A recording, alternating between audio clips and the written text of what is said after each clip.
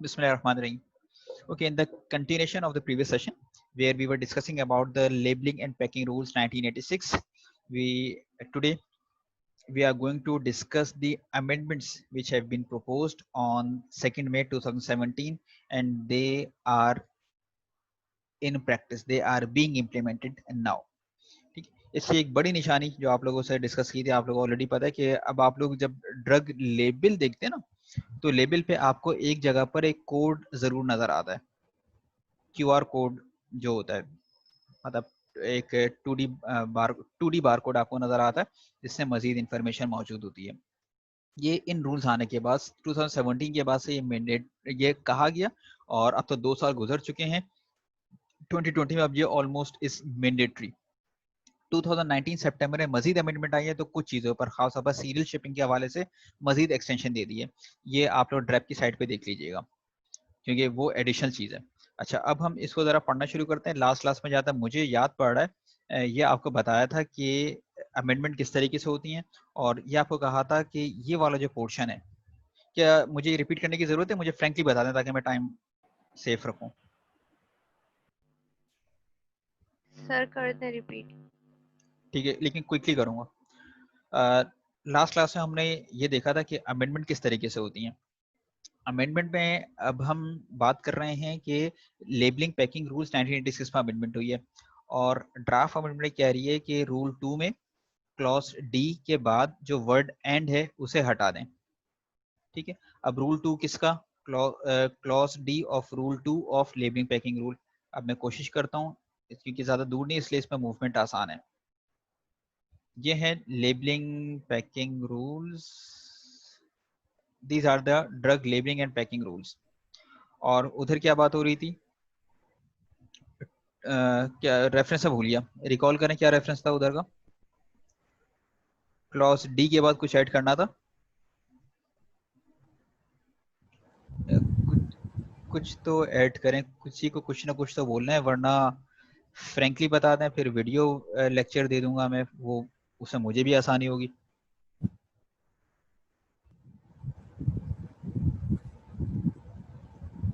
Reference जरा recall करें अभी क्या बात मैंने की थी।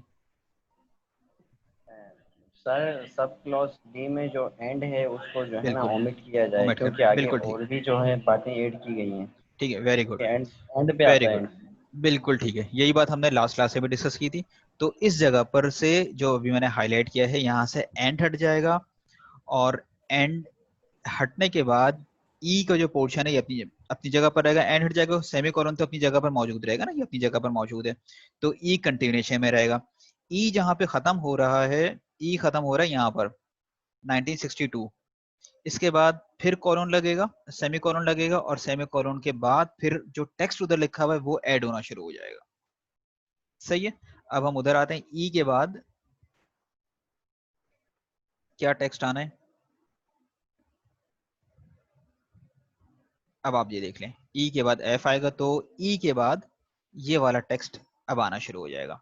अब ये डेफिनेशंस, डेफिनेशंस में जैसे ये मिनिस्ट्री की डेफिनेशन है, ये मैंने यही कहा था कि आप इसे पढ़ लीजिएगा, या डेफिनेशन को हम उस वक्त रेफर करते हैं जब मेन डिस्क्रिप्शन में कहीं हमें कोई क्लैरिटी चाहिए, उस वक्त हम डेफिनेशन में देंगे, वरना वर्ड टू वर्ड अभी इस वक्त अभी हम पढ़ेंगे तो फिर पूरा जो है ना रिदम आउट हो जाएगा।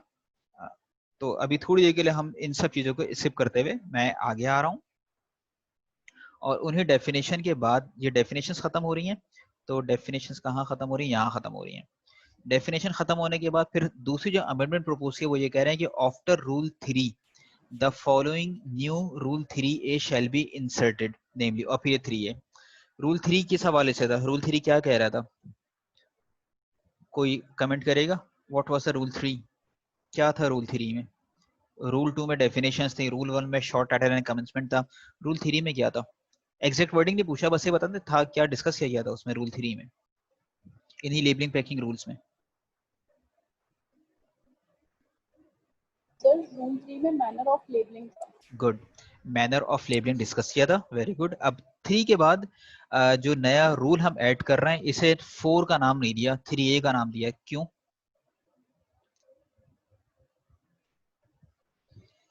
क्यों 4 का नाम क्यों नहीं दिया, 3A का नाम क्यों दे दिया? सर क्या फिर वजह हो आगे सकती बहुत ज्यादा चेंज करना पड़ता। है? इसको अगर 4 का नाम देते तो 4 5 हो जाता, 5 6 हो जाता, लंबा हो ओके, जाता प्रोसेस। गुड। इसका मतलब ये होता है कि आपको पूरे रूल चेंज करने पड़ते हैं। ठीक है, सिर्फ नंबर ही चेंज है, फिर आपको नया डॉक्यूमेंट निकालना पड़ा, सारी चीजें चेंज करनी पड़ती। ठीक है, तो इसलिए आसानी से इसी जगह पर आपने इंसर्ट कर दिया, आगे के नंबर भी चेंज नहीं हुए। ओके, अब ये बात हमने यहाँ तक हमने पिछली क्लास में डिस्कस किया था। अब हम पढ़ना शुरू करते हैं कि इसमें है क्या। डेफिनेशन से डेफिनेशन हम अलग देख लेंगे। मेन ये चीज है कि आपने, ये क्या है, हेडिंग है application of bar code label requirement for product track and trace system. ठीक है, ये सेल्फ एक्सप्लेनेटरी हेडिंग है। बार कोड को अप्लाई क्यों किया? ताकि आप प्रोडक्ट को ट्रैक कर सकें। ट्रैकिंग ट्रैकिंग और ट्रेसिंग में क्या फर्क है? आप में से कोई ऐड करेगा? दो अलग अलग लिखा हुआ है, एंड लिखा हुआ है, तो दोनों के अलग मतलब होंगे। सही गलत की बात नहीं कर रहा, बस आप में इतना कॉन्फिडेंस हो ना कि यार बस शेयर करें, मजाक मजाक से घबराए नहीं। इस वक्त रिकॉर्डेड सेशन में किसी का नाम नहीं जाएगा, आवाज जाएगी बस। जी, ट्रैक और ट्रेस में कोई भी आइडिया? कोई भी आइडिया? ठीक है, मुझे भी कोई एग्जैक्टली चीजें नहीं पता, मैं भी जो मेरा ओपिनियन होगा मैं वही शेयर करूंगा। आखिर में हम डेफिनेशन देखेंगे, फिर देखते हैं क्या चीज सही है क्या गलत है।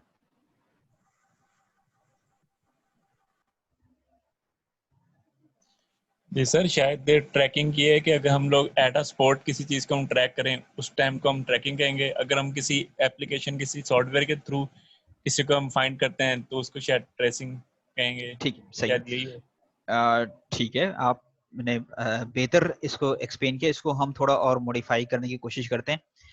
ट्रैकिंग आप कर रहे होते हैं किसी मूविंग चीज की, जो मोशन में हो, जो अपने कोर्स ऑफ एक्शन में हो, अब ट्रेवल कर रही हो। बेशक एक जगह पर रुकी हुई है, मतलब ट्रेन है ना, ट्रेन किसी स्टेशन पे रुकी हुई है, लेकिन ट्रेन का सफर खत्म नहीं हुआ, तो आप उसको फॉलो करो तो आप उसे ट्रैक कर रहे हो। और ट्रेसिंग का मतलब ये है कि आप किसी चीज को ढूंढ रहे हैं, मुख्तलिफ निशानियां आपके पास हैं, उन निशानियों को सामने रखते हुए, ज़हन में रखते हुए आप उसे ट्रेस कर रहे हैं, फॉलो कर रहे हैं कि ये चीज यहाँ गई होगी या यहाँ गई होगी, यहाँ गई होगी। ठीक। और ट्रेस में आप उसकी करंट पोजीशन पर पहुंच जाते हैं, करंट पोजीशन जो कि रुकी हुई है। ट्रैक में वो ऑलरेडी मूवमेंट में है और उसी मूवमेंट को आप डिटरमाइन करते हैं। ये ट्रैकर्स की जो टर्म इस्तेमाल होती है गाड़ियों के हवाले से, वहां पे ट्रेसर की टर्म इस्तेमाल नहीं होती है और ट्रैकर की टर्म इस्तेमाल होती है। गाड़ी मूविंग है, मूविंग व्हीकल है। तो इसको मजीद हम एक्सप्लेन करते हैं इस कॉन्टेक्स्ट में। ये सिस्टम क्यों लेकर आए हैं? सिस्टम इसलिए लेकर आए हैं कि जो प्रोडक्ट आपकी बनी है ना, कोई टैबलेट, बार बार टैबलेट इसलिए ध्यान में आता है कि टैबलेट पे ज्यादा काम किया हुआ है। प्रोडक्ट आपकी बनी है, तो प्रोडक्ट कंपनी से निकलने के बाद कहाँ कहाँ गई है, वो चीजें आप ट्रैक कर सकें। और इस वक्त अगर, और कभी अगर आप लोगों को अपना बैज रिकॉल कराना हो तो आप ट्रेस कर सकें कि मेरा प्रोडक्ट इस वक्त कहाँ मौजूद है। और ट्रैकिंग ये होगी कि किस रास्ते से चल के मौजूदा मकाम पर ड्रग पहुंची थी। फॉर एग्जाम्पल, एक कंपनी है, कंपनी ए, वहां से कोई ड्रग बनी और इस वक्त वो मेरे मोहल्ले में जो रिटेल ड्रग स्टोर है वहां पर मौजूद है। तो ट्रेसिंग ये होगी कि मुझे इसकी करंट पोजीशन पता चलेगी कि ये मेरे मोहल्ले के ड्रग स्टोर में मौजूद है। ट्रैक ये होगा, रास्ता क्या था। रेल ट्रैक की टर्म इस्तेमाल करते हैं ना। रास्ता क्या है कि कंपनी से निकली, डिस्ट्रीब्यूटर के पास गए, डिस्ट्रीब्यूटर ने कच्ची गली भेजा, कच्ची गली मेडिसिन मार्केट, मेडिसिन मार्केट से इन साहब ने खरीदी, इन साहब ने आगे इस मोहल्ले में आके सप्लाई कर दी इसकी दुकान को, तो ये ट्रैकिंग हो गई। तो ये आपका पूरा रास्ता आ रहा है। इसकी जरूरत क्या है, इससे फायदा क्या होगा? आप लोग कुछ ऐड करेंगे इसमें, क्या फायदा क्या होगा इससे? क्योंकि आगे तो बच्चे लिखा ना कि आप ट्रैकिंग वगैरह का करते हैं, फायदा क्या है? ओपिनियन शेयर कर लें प्लीज।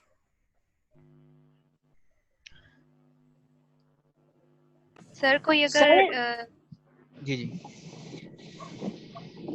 जिसने पहले बोलना शुरू किया था ना वो कंटिन्यू करें। सर अगर सर कोई नहीं वरना तुम बोल बोलो पहले। अस्मा नहीं तुम बोलने बोल लो पहले। तुम। मैं बता देता हूँ ना, पहले अस्मा बोल लें, उसके बाद आमना बोल लें, ठीक है?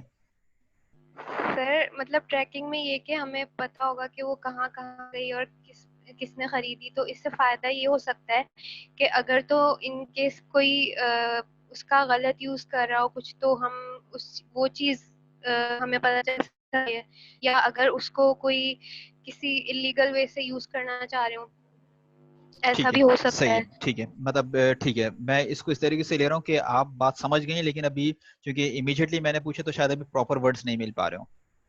ठीक है, मैं जी इसको ठीक है, मैं इसको किसी और तरीके से बताने की कोशिश करूंगा। शायद आप स्पूरियस ड्रग की बात करना चाह रही हो, काउंटरफीट ड्रग की बात करना चाह रही हो।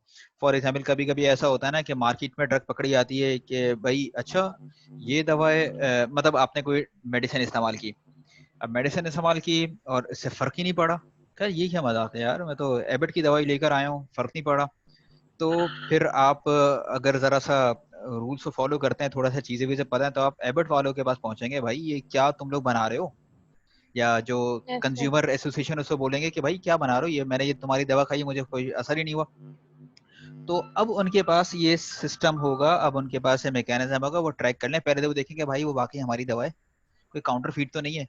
तो इस लेबल जी पर ये जो अब ये लेबल पर जब आप लगा देंगे ना ये क्या है डेटा मैट्रिक्स, आप लगा देंगे तो एबट वाले उसे ट्रैक करेंगे कि एक्चुअली जिस जगह से आपने पूछेंगे आप दवा खरीदी कहाँ से, तो कहेंगे इस जगह पे हमारी दवा गई भी है नहीं गई है।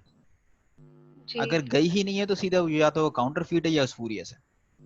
मेन ऑब्जेक्टिव में से एक ऑब्जेक्टिव ये भी है कि काउंटरफीट को उसको डिस्करेज किया जाए, स्पूरियस ड्रग फौरन पकड़ में आए। क्योंकि अब जी लेबल पर इसमें देखिए ना, लेबल पर हम कितनी इन्फॉर्मेशन दे सकते हैं, छोटा बड़ा लेबल होता है, कितनी इन्फॉर्मेशन दोगे, ज्यादा इन्फॉर्मेशन आप दे नहीं सकते। वो 11 पर्टिकुलर्स हैं, 2D बार 1D बार कोड होता है, सिंगल लाइनों वाला जो होता है, लाइनों वाले में आप ज्यादा डाटा दे नहीं सकते, उसमें कुछ कैरेक्टर की स्पेसिफिकेशन होती है। यहाँ पर आप 4000 मेरा ख्याल है जो मैंने पढ़ा था, जो सही याद नहीं आ रहा, 2048 कैरेक्टर्स हैं या 4000 समथिंग कैरेक्टर्स का डाटा है, जो कि अच्छा खासा डाटा होता है, आप इसमें इंफॉर्मेशन दे सकते हो। तो यहाँ पर ऑब्जेक्टिव ये है कि आप ट्रैकिंग कर सकें आपकी प्रोडक्ट एक्चुअली इस वक्त कहाँ है, या और यहाँ पर पहुंची है तो क्या उसी रूट से पहुंची है जो रूट आपका डेजिग्नेटेड था। ऐसा तो नहीं कि आपका जो डिस्ट्रीब्यूशन चैनल, उस डिस्ट्रीब्यूशन चैनल में कुछ चीज इंजेक्ट हो गई है, यहाँ से स्पूरियस ड्रग्स आती हैं। तो ऑब्जेक्टिव ये है, इधर मुझे कहीं एग्जैक्टली नजर नहीं आ रहा, जब ये आया तो हमारा बड़ा लंबा चौड़ा डिस्कशन हुआ था। ये जो चीज मैं बता रहा हूँ ये मुझे कहीं लिखी मिलेगी तो मैं आप लोगों से शेयर कर लूंगा। इस बैकग्राउंड को जहन में रखते हुए अब हम जरा टेक्स्ट पढ़ने की कोशिश करते हैं, तो इंशाल्लाह मतलब आप लोग की अंडरस्टैंडिंग जल्दी बेहतर हो जाएगी, और उम्मीद है कि मुझसे बेहतर आप इसको अंडरस्टैंड करें, दुआ भी यही है। अच्छा, not understanding anything content in rule three, मतलब ये कह रहे हैं कि रूल थ्री तो अपनी जगह पर मौजूद है, उसमें कोई तब्दीली नहीं आई है। Machine readable bar code as per the GSI. अब जीएसआई क्या चीज है, जीएसआई ऊपर डेफिनेशन में लिखा होगा, ये चले देख लेते हैं, प्रैक्टिस अपनी बहाल रखते हैं ना, कि जीएसआई तो हमें नहीं पता जीएसआई क्या है। जीएसआई एक यहाँ जीएसआई डेटा मैट्रिक्स लिखा हुआ है, और जीएसआई, जीएसआई कंपनी प्रीफिक्स, और जीएसआई मिल गया, जीएसआई स्क्रीन पे आ गया। GSI means an international organization dedicated to design and implementation of global standards and solution and is represented in Pakistan by GSI Pakistan। ठीक है, अब GSI वालों की मैंने वेबसाइट भी खोल के रखी हुई है साथ ही, एक मिनट में देखता हूँ। ये स्क्रीन पे आपको कुछ अलग से टेक्स्ट नजर आ रहा है,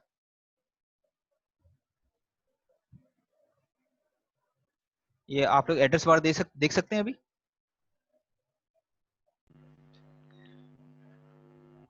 एड्रेस बार आपको नजर आ रही है आप लोगों को? Yes, sir. Yes sir. ठीक है, ठीक है, ये जीएसआई की वेबसाइट है। ठीक है, आप में से जिसको जीएसआई के बारे में पढ़ने का ज़्यादा शौक हो तो वो इधर से पढ़ ले। 2017 में जब रूल्स आए थे तो मेरे पास थोड़ा सा टाइम था, वो उधर लैब में थोड़ा थीसिस एक इनिशियल एवेल्यूएशन में गया हुआ था, तो उस वक्त मैंने पढ़ा था, तो ये अभी तक मुझे याद है। लेकिन मैं अभी बता रहा हूँ, सेमेस्टर के बीच में नहीं पढ़ना, अच्छी डिटेल है, इंटरेस्टिंग चीज है, सेमेस्टर खत्म हो जाएगा उसके बाद डिटेल में अपनी नॉलेज इनहांस कर लेना इसको पढ़ के। यहाँ पर दिखा इसलिए दिया, रिकॉर्डेड सेशन है, जब टाइम मिले, जब जिसका इंटरेस्ट डेवलप हो वो यहाँ से पढ़ ले, एग्जामिनेशन पॉइंट ऑफ व्यू से छोड़ दो, अंडरस्टैंडिंग के लिए से छोड़ दो, सब कुछ छोड़ दो। ठीक है, अच्छा, यहाँ से फिर हम वापस आते हैं, अभी बीच में जरूरत पड़ेगी तो मैं फिर वापस आऊंगा यहाँ पे। तो ये है जीएसआई। जीएसआई इंटरनेशनल ऑर्गेनाइजेशन है जो इस तरीके के प्रीफिक्स वगैरह इशू करते हैं कि किसका क्या प्रीफिक्स होगा। अभी हम वापस आते हैं, जरा उस डिस्क्रिप्शन को डिटेल में पढ़ते हैं, फिर वापस इन चीजों को देखेंगे। As per the GSI general specification shall be printed. अब यहाँ पर वो रिटन वगैरह की बात नहीं आ रही, रिटन ग्राफिक लेबल की डेफिनेशन आप लोगों ने क्या पढ़ा था, ये पढ़ा था ना, एनीथिंग रिटन, प्रिंटेड और graphic material on the immediate container of the drug, ऐसी बात थी ना। अब यहाँ पर सीधा सीधा कर दिया प्रिंट। राइटिंग में इसलिए नहीं है कि भाई वो लिखा ही नहीं जा सकते, ये जो QR कोड है ना, आपको खुद पता है, ये आप पेन से बना नहीं सकते क्योंकि विड्थ का होता है इसमें। Printed on the label of all drugs. अब लेबल की बात कर दी यहाँ पर, इमीडिएट कंटेनर की नहीं, क्योंकि लेबल जब बता रहे हैं तो लेबल सिर्फ ये वर्ड पढ़ने के साथ ही आपके जहन में आ जाएगा कि बात हो रही है इमीडिएट कंटेनर की, ड्रग की। प्राइमरी या सेकेंडरी वो एक अलग बात है। लेबल और प्राइमरी सेकेंडरी कंटेनर का सवाल आता है तो लेबल तो होता है प्राइमरी कंटेनर पर, जिसे हम कहते हैं।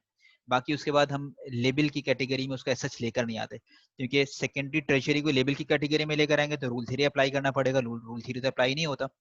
तो लेबल का मतलब इमीडिएट कंटेनर। तो यहाँ पर आता है तो आप देखें कि सिर्फ एक टर्म के अंदर कितने मायने छुपे हुए हैं। अब हमें इस पे इन चीजों पे जाना होता है। तो हम ये कह रहे हैं कि लेबल के ऊपर GSI एक का जो गाइडलाइन है उसके तहत मशीन रीडेबल बारकोड छपा हुआ होना चाहिए उन ड्रग्स पे जो डोमेस्टिक मार्केट मतलब पाकिस्तान में फरोख्त होने के लिए पेश की जाएंगी, या एक्सपोर्ट की जाएंगी, या इंपोर्ट की जाएंगी। ठीक है। At different packaging levels. अभी डिफरेंट पैकेजिंग लेवल्स क्या हैं? डिफरेंट पैकेजिंग लेवल्स होंगे, primary packaging, secondary packaging, treasury packaging. Primary packaging immediate container हो गया, सेकेंडरी पैकेजिंग वो होगी जो इमीडिएट कंटेनर जिसके अंदर है। फॉर एग्जांपल सिरप की बोतल हो गई, सिरप की बोतल है, सिरप की बोतल किसी यूनिट कार्टन के अंदर होगी ना, वो उसका सेकेंडरी पैकिंग हो गई। उन यूनिट कार्टन को फिर आप किसी में लेकर जा रहे हो मास्टर कार्टन में, तो वो ट्रेजरी पैकिंग हो गई। तो इन पर लेबल्स लगाने। अब ये जरा इंपॉर्टेंट बात आ गई, इसे ध्यान में रखें जो मैंने हाईलाइट किया, डिफरेंट पैकेजिंग लेवल। तो बात ये कह रहे हैं कि machine readable barcode label of drug पर होगा एट डिफरेंट पैकेजिंग लेवल, क्योंकि जब तक यहाँ पर बात थी तो शायद हम इनर मोस्ट या इमीडिएट कंटेनर की बात कर रहे थे, लेकिन नहीं, और आगे बढ़े तो डिफरेंट पैकेजिंग लेवल्स की बात आ गई। क्यों? इसके बाद लिखा हुआ है to facilitate identification, tracking and tracing of these products in the following manner namely. ये ऑब्जेक्टिव आ गया। ठीक। अच्छा, अब उसके बाद फिर अब ये कह रहे हैं कि ये किस किस फॉर्मेट पर होगा। GSI data matrix of a 2D barcode type including unique and global. ठीक है, ये इसका फॉर्मेट दिया हुआ है कि बस ये कह दिए कि GSI 2D बारकोड कहाँ होगा? प्राइमरी पैकेजिंग पे। क्लियर? पूरा पढ़ने की जरूरत नहीं, मैं आपको समरी बता रहा हूँ। इसमें क्या लिखा हुआ है यहाँ पर भी, GSI data matrix of a 2D barcode on secondary packaging. इधर प्राइमरी पैकेजिंग की बात करें उसी कोड की, यहाँ पर सेकेंडरी पैकेजिंग की बात कर रहे हैं, और यहाँ पर बात कर रहे हैं अगेन टर्शियरी पैकेजिंग पर 1 डायमेंशनल। तो बात क्या आ रही है? डिफरेंट पैकेजिंग लेवल की बात कर रहे हैं। डिफरेंट पैकेजिंग लेवल को यहाँ एक्सप्लेन करते हैं, प्राइमरी, सेकेंडरी एंड कहाँ गया टर्शियरी। प्राइमरी पे 2D बारकोड टाइप होगा, ठीक है, और सेकेंडरी पे 1D होगा। अब ये 2D बारकोड कैसा होता है, आइडिया आपके जहन में? आइडिया 2D बारकोड किस तरीके का होता है?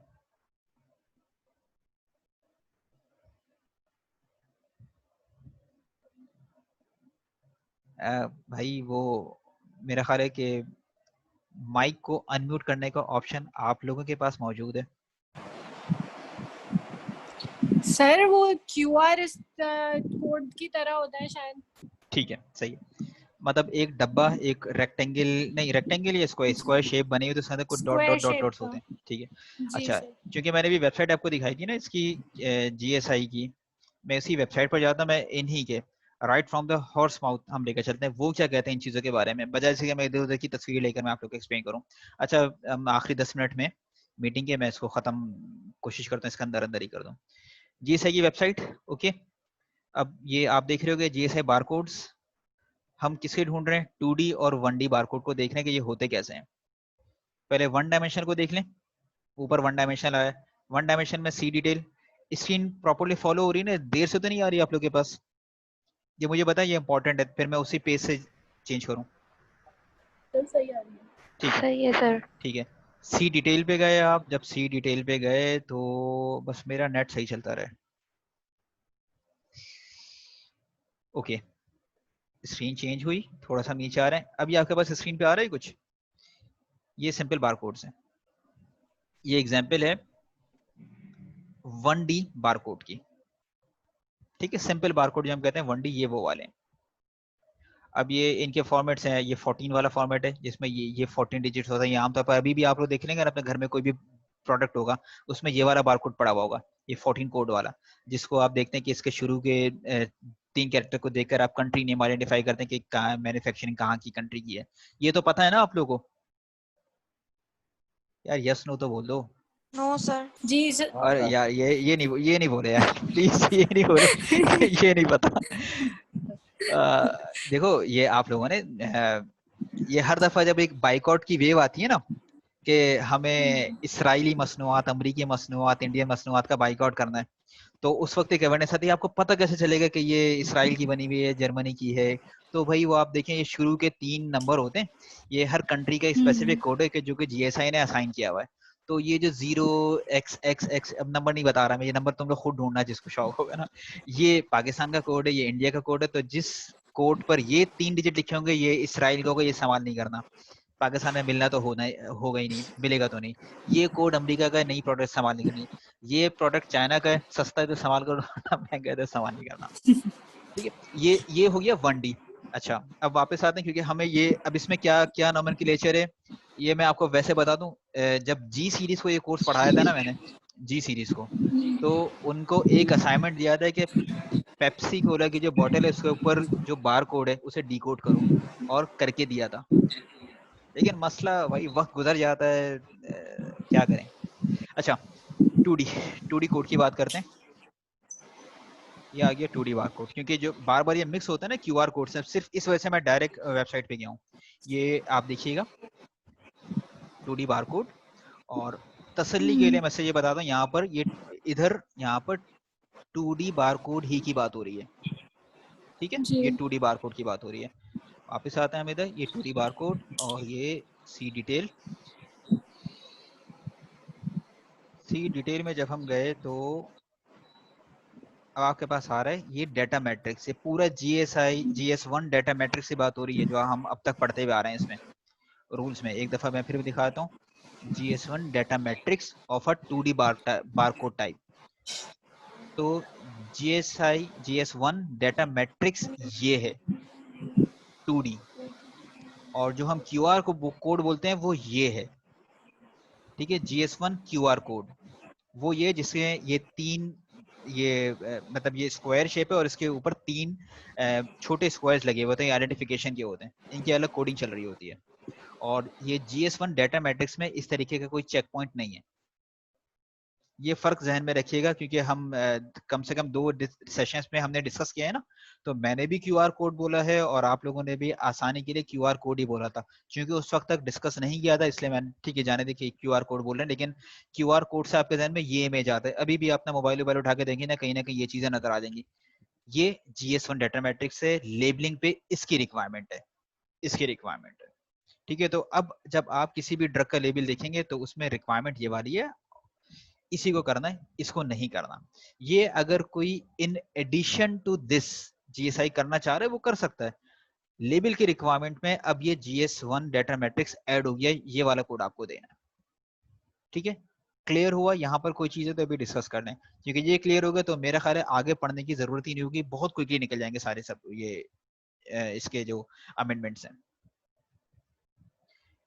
ठीक, यहाँ पर हमने बात की थी इसकी इन तीनों में, प्राइमरी, सेकेंडरी, टर्शियरी। और ये बात याद रखिएगा, प्राइमरी और सेकेंडरी में ये 2D बारकोड टाइप चाहिए, और टर्शियरी पैकिंग में बिल्कुल जो आउटर होती है, रैपिंग वैपिंग जो आप करते हैं, बड़े कार्टन होते हैं, वहां पर आपको ये 1D कोड, सिंपल बारकोड जाएगा। उसके बाद फिर सब रूल 2 में बात कर रहे हैं, मतलब जो अमेंडमेंट में आई है उसमें कह रहे हैं कि जो इम्पोर्टेड ड्रग है, जाहिर है इम्पोर्टेड ड्रग है ना, आप वहां से मंगवा रहे हो, लेबल वेबल पूरी पैक ड्रग आ रही है, यहाँ तो पैक नहीं कर रहे हो, वरना रीपैकिंग का आपको करना पड़ेगा। इम्पोर्टेड ड्रग है, उसका लेबल भी वहीं से छप के आ रहा है, यहाँ तो स्टिकर नहीं लगाओगे आप। तो जब वहीं से छप के आ रहा है तो at the time of import, और ये रिक्वायरमेंट पूरी नहीं हो रही सब रूल 1 की। सब रूल 1 में क्या था कि ये होना चाहिए, सब रूल 1 चलो देख लेते हैं ना, ये रहा सब रूल 1। सब रूल 1 में क्या था कि ये 2D और 1D कोड होने चाहिए। आपने ड्रग इंपोर्ट की थी और उस पर रिक्वायरमेंट पूरी नहीं हो रही, तो जिसने इंपोर्ट किया, इंपोर्टर, कुछ लोकली फैसिलिटी डेवलप करे और इसे प्रिंट करे। ठीक है, ये देखें, print the GSI application before the drug is placed into the Pakistani market. आसान अल्फाज में अभी आप समझ जाएंगे इसमें क्या लिखा हुआ है क्या नहीं लिखा हुआ। आसान अल्फाज में बात हो रही है कि अगर ड्रग आप इंपोर्ट कर रहे हो तो पाकिस्तान की मार्केट में सेल करने से पहले इस पे GSI के लिहाज से प्रिंटिंग होनी चाहिए लेबल पे। कौन सी प्रिंटिंग होगी, जो ऊपर मेंशन की है, प्राइमरी पैकेजिंग है तो GS1 data matrix 2D type, और टर्शियरी है तो 1D, और सेकेंडरी है तो सेकेंडरी पे क्या होगा, सेकेंडरी पे क्या होगा, 2D होगा सर। 2D होगा, बिल्कुल ठीक। और 2D और QR में फर्क है, 2D और QR में फर्क है। QR में आइडेंटिफिकेशन के 3 छोटे स्क्वायर आपको नजर आएंगे, 2D में ये वाले चेक पॉइंट्स नहीं है। अच्छा अब ऐसा है कि सेशन का टाइम खत्म हो रहा है, मैं एक नया लिंक आप लोग को भेज रहा हूँ, और मेरा कोई इरादा नहीं है 5:05 से ऊपर जाने का, 20 या 25 मिनट, 20 मिनट से ज्यादा का सेशन मेरा करने का कोई इरादा नहीं है। तो काइंडली मुझे जैसे 20 मिनट बता दीजिएगा, इसमें मैं ये इसको कंप्लीट करने की कोशिश करूंगा। ठीक है, मैं इसे यहीं पे स्टॉप कर रहा हूँ वरना बात कंप्लीट नहीं हो पाएगी। We will continue from this sub rule 3। Okay, मैं लिंक बस अभी शेयर कर रहा हूँ।